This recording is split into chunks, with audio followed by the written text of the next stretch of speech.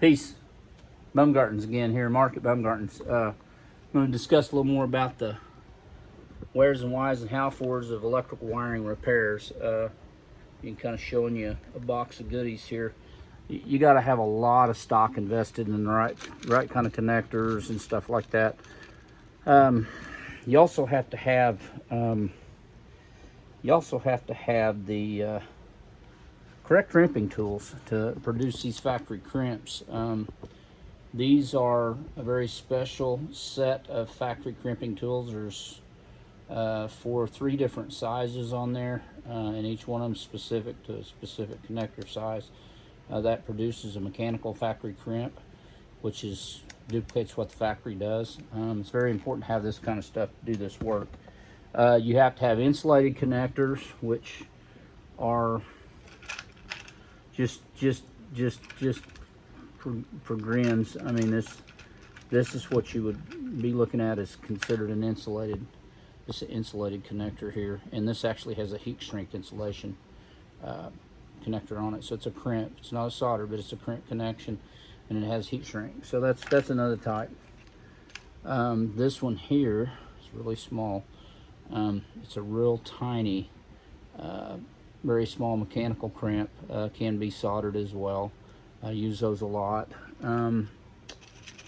There's all kinds of different things here. Male and female spades.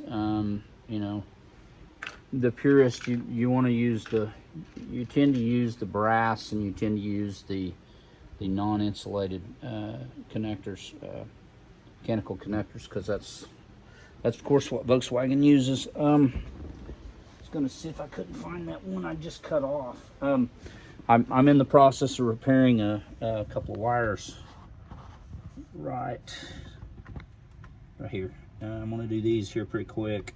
Do a mechanical connection.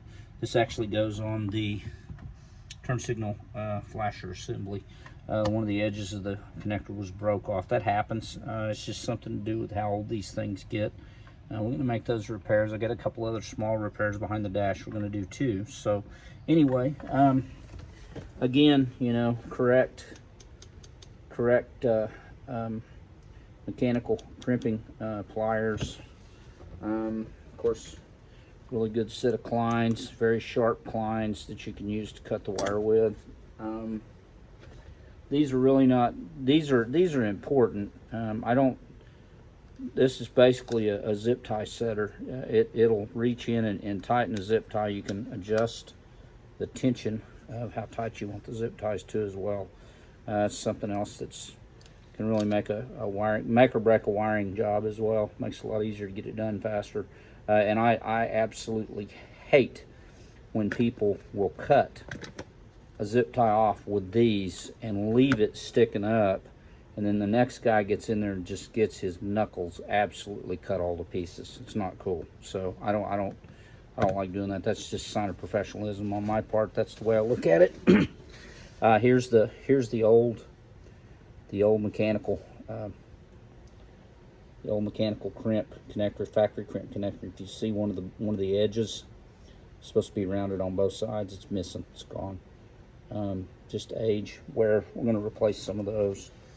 Yeah, I mean, taking a pair of dikes and cutting the zip tie off, that's not cool, because then the next guy gets in there, I get in there, and my knuckles get cut all to pieces. I've got scars on my hands from that stuff. So anyway, it's just the level of professionalism. There again, correct solder to do the things you need to do.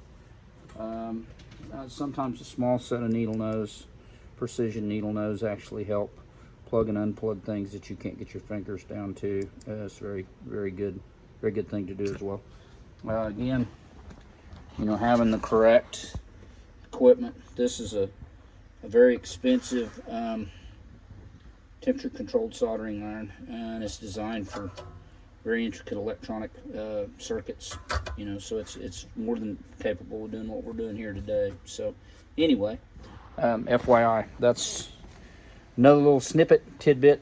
Kind of go through some of these things. I'm not going to show you how to repair a wiring harness on a car. I mean, within reason, it'd take a long time to do. But anyway, Peace, love, and Volkswagens, and we'll see you guys next video.